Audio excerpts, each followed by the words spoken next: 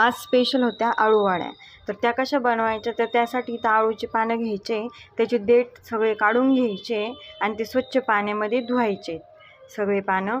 मग एका बाउलमध्ये आपल्याला जेवढे अळूचे पाने तेवढं बेसन पीठ घ्यायचं आवश्यकतेनुसार।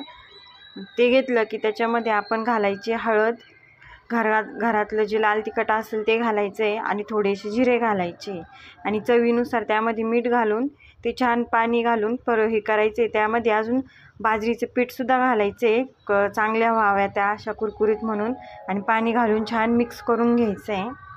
बघू शकता लई पातळने घट्टने असं छान पीठ मळून घ्यायचं आहे। आता एका ताटामध्ये अळूचं पान घ्यायचं आहे, त्याला मस्त असं सगळं ते बेसन पीठ लावायचे, सगळीकडे समान असं छान पद्धतीने लावून घ्यायचं आहे। बघू शकता तुम्ही अशा प्रकारे लावून घ्यायचं आहे।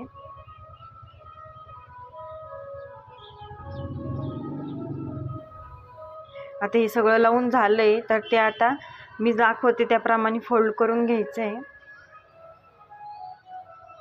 आणि असे सगळे पाने एक एक करून लावून घ्यायचे। आता मी सगळे पानं मस्त लावून घेतलेली त्या पिठामध्ये। आता एका तव्यावर तेल घ्यायचं आहे, भरपूर तेल घ्यायचं आहे, कारण की ते चांगले फ्राय व्हावे यासाठी।